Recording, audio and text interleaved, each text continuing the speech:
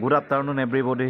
মই আজি মহাপুৰুষ শ্ৰীমন্ত শংকৰদেৱ আবিৰ্ভাৱ ক্ষেত্ৰ বৰদোৱা থানলৈ আহিলোঁ।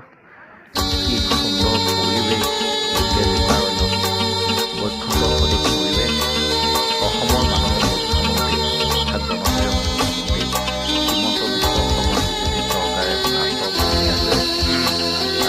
সজাই পৰাই তুলিলে।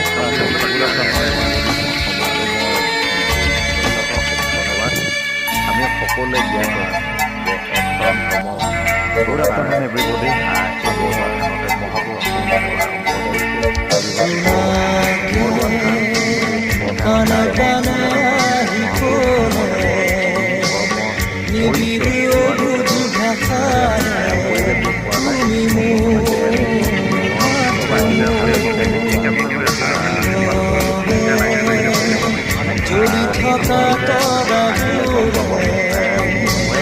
বাৰে বাৰে